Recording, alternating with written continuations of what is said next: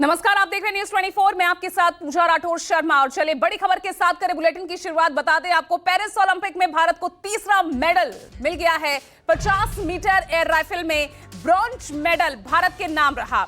आपको बता दें, स्वप्निल कुसाले ने अपने नाम किया है ये कांस्य पदक और भारत के पास अब मेडल टैली में 3 पदक हो गए हैं। इससे पहले भी कांस्य पदक भारत के नाम रहा। शूटिंग में देखिए, इसी के साथ एक और इतिहास, क्योंकि शूटिंग में पहली बार भारत को 3 मेडल मिले।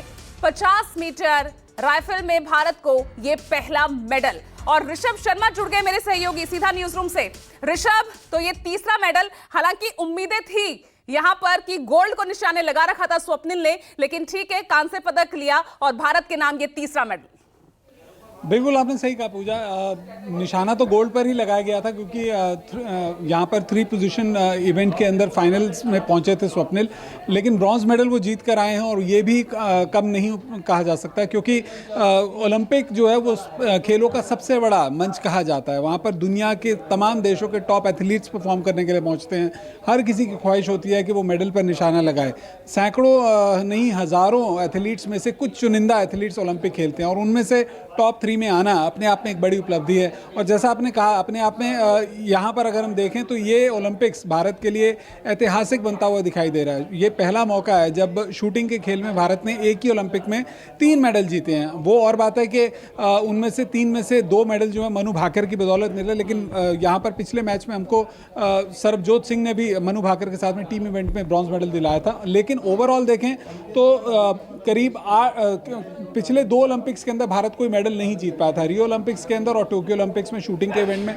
और जिस तरह से शूटर्स ने कम बैक किया है, मेरी ओलंपिक्स में कुछ एथलीट से बात हुई है, कुछ कोचेस से बात हुई है, वो बता रहे हैं कि जो माहौल है इस टाइम इंडियन कंटिजेंट का, वो बहुत स्ट्रांग नज़र आ रहा है। प्लेयर्स जो हैं अलग अलग इवेंट्स के अंदर अपने अपने pre quarter finals, quarter final stage तक पहुँचते हुए नज़र आ रहे हैं।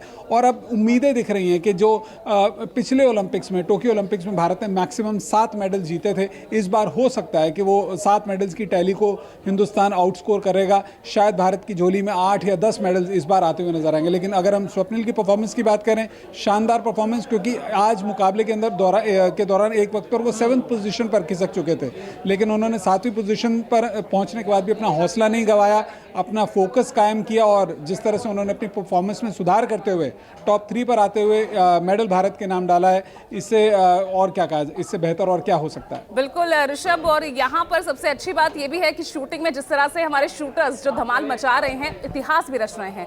मनु भाकर एक ही ओलंपिक में 2 मेडल जीत रहे हैं। और यहाँ अगर मैं स्वप्निल की बात करती हूँ तो इस कैटेगरी में 50 मीटर राइफल में किसी भारतीय ने पहली बार इसमें जो है पदक भारत के नाम किया है। ये भी अपने आप में एक इतिहास है।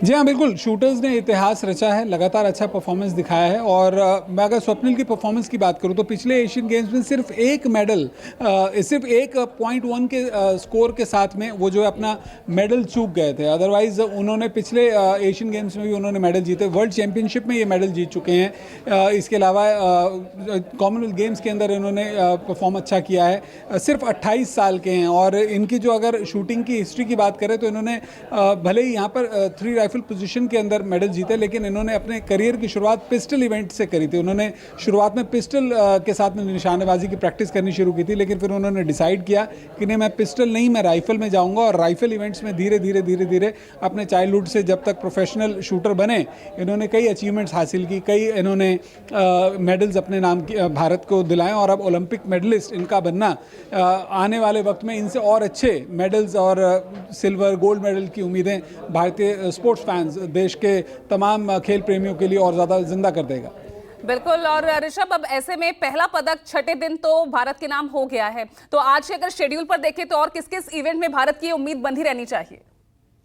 भारत के अगर आज मेडल इवेंट की बात की जाए तो मेडल इवेंट आज और कोई नहीं है। आज भारत के ज़्यादातर जो इवेंट्स हैं उनमें एथलीट्स जो हैं, उनमें जो परफॉर्मेंसेस जो हैं वो आपको मेडल के करीब लेकर जाएंगे। मसलन अगर हम बात करें, आज हॉकी का इवेंट है जहां पर भारत को बेल्जियम के साथ में एक बहुत इंपॉर्टेंट मैच खेलना है पूल बी के अंदर। बेल्जियम जो है वो वर्ल्ड की टॉप टीमों में गिनी जाती है। और इस बार भी ओलंपिक्स के अंदर उन्होंने अपने 3 मुकाबले पिछले जीते, जबकि भारत सिर्फ 2 ही मैच जीत पाया। एक मैच भारत का टाई रहा था। आज लेकिन शाम में पीवी सिंधु अपने टॉप 16 का राउंड ऑफ 16 का मैच खेलेंगी। शाम में बैडमिंटन के अंदर एच एस प्रणॉय और लक्ष्य सेन का बैडमिंटन में आपस में मुकाबला है। यहाँ पर दो भारत के खिलाड़ी टॉप 16 के अंदर आपस में भिड़ते हुए नजर आएंगे, क्योंकि जो जीतेगा वो आगे क्वार्टर फाइनल में क्वालिफाई करेगा। तो ये दो मुकाबले काफ़ी अहम रहेंगे। लेकिन रोइंग के अंदर आज नौकायन के अंदर भारत का इवेंट है, इसके अलावा टेबल टेनिस के अंदर भारत के इवेंट है। लेकिन मेडल इवेंट यही था जहां पर भारत की झोली में मेडल है। बाकी के परफॉर्मेंसेस जो होंगे, बाकी के जो इवेंट्स होंगे, भारतीय एथलीट्स मेडल के करीब जाते हुए नजर आएंगे। और मुझे उम्मीद है कि आने वाले 3-4 दिनों में भारत की झोली में 1-1, 2-2 मेडल्स हर दिन कम से कम आप आते हुए देखेंगे। और जिस तरह से शुरुआत हुई है यहाँ पेरिस ओलंपिक की, 6 दिन और 3 मेडल अब तक भारत के नाम हो चुके हैं। जाहिर तौर पर it will and also well, we can say that. Rishabh, बिल्कुल, अगर आप परफॉर्म कर रहे हैं तो फिर आपके साथ जो है लोगों की दुआएं भी हैं, उम्मीदें भी हैं, और हम सभी चाहते हैं कि भारत मेडल जीत कर आए।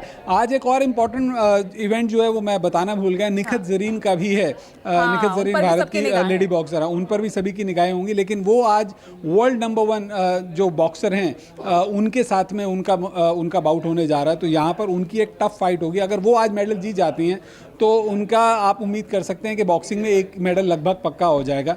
तो आप उम्मीद कीजिए, मुझे तो भरोसा है कि जो 7 मेडल्स की टैली पिछली बार टोक्यो ओलंपिक्स के अंदर भारत ने अपने हासिल की थी, इस बार 7 मेडल से ज़्यादा भारत के आएंगे।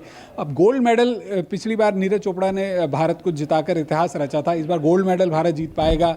कितने रजत पदक भारत को मिलेंगे, सिल्वर मेडल्स, कितने ब्रॉन्ज मेडल भारत जीतेगा, ये आने वाला वक्त बताएगा। लेकिन 7 मेडल्स की टैली, मुझे पूरा विश्वास है, भरोसा है कि इस बार भारत जरूर अचीव करने वाला है। शायद मेडल उससे ज़्यादा ही भारत के नाम आएगा। बिल्कुल, शुरुआत अच्छी हुई है। तो ये 7 मेडल की जो टैली है, जो पिछली बार का जो रिकॉर्ड रहा है, उसको बिल्कुल जिस तरह का प्रदर्शन हमारे ओलंपियंस का है, तो उम्मीद बिल्कुल बंधी हुई है। लेकिन यहाँ पर यह भी कहा जाए ऋषभ, क्योंकि जिस तरह का प्रदर्शन चल रहा है शूटिंग में, खास तौर से यहाँ पर 3 ही मेडल्स और तीनों शूटिंग में आना, ये भारत के लिए कितनी बड़ी उपलब्धि, और जो तमाम शूटर्स जो लगातार इस फील्ड की ओर बढ़ रहे हैं, उनके लिए भी एक खासा, एक तरह से एक कहा जाए तो उनके लिए भी एक उदाहरण है कि ये फील्ड आपके लिए, ये कैटेगरी आपके लिए है, और आगे इसमें आपके लिए बहुत सारे दरवाजे खुले हुए हैं।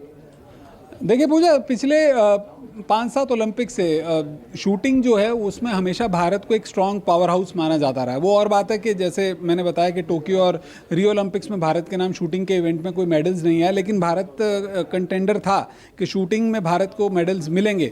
आप देखिए, जहाँ पर एथेंस ओलंपिक्स के अंदर कर्नल राज्यवर्धन राठौर ने सिल्वर मेडल जीता था, उसके बाद में शूटिंग में ही भारत को पहला गोल्ड मेडल मिला इंडिविजुअल। अभिनव बिंद्रा ने 2008 में बीजिंग ओलंपिक्स में जीता था। उसके बाद लंदन ओलंपिक में गगन नारंग ने मेडल जीते, विजय ने मेडल जीते।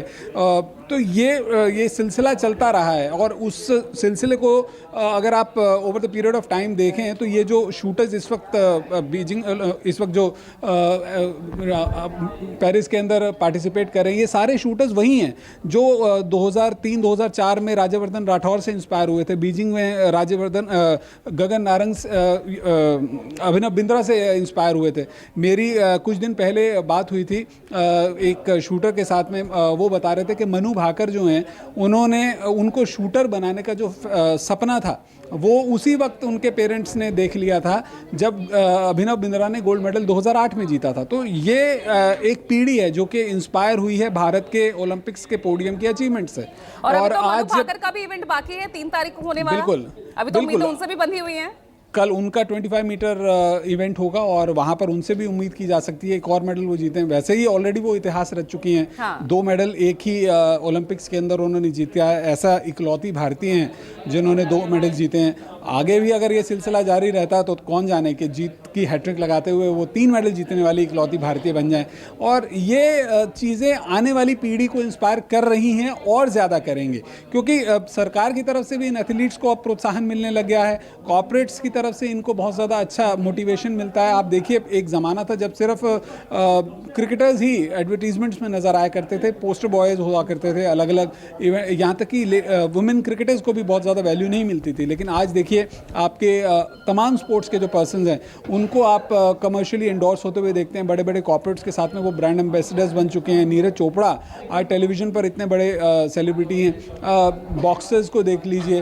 तो ये चीज़ें आगे बढ़ती हैं, इसीलिए है कि वो कहते हैं ना, जो दिखता है वो बिकता है। तो यहाँ पर एथलीट्स, इन परफॉर्मर्स ने अपने आप को खरीदा, अपने आप को बेचा है अपनी परफॉर्मेंस से, और यही वजह है कि वो आज एक यूथ आइकन बन चुके हैं, लोगों के लिए मिसाल बन चुके हैं, प्रेरणा बन चुके हैं, और आने वाले वक्त में इनसे और भी ज़्यादा इसीलिए उम्मीदें बढ़ जाती हैं। बिल्कुल, बहुत उम्मीदें यहाँ पर इन खिलाड़ियों से बंधी हुई है, और जिस तरह से भारत की मेडल टैली आगे बढ़ रही है, उम्मीदें और ज्यादा यहाँ पर पुख्ता होती जा रही है। बहुत बहुत शुक्रिया आपका ऋषभ इस तमाम जानकारी के लिए।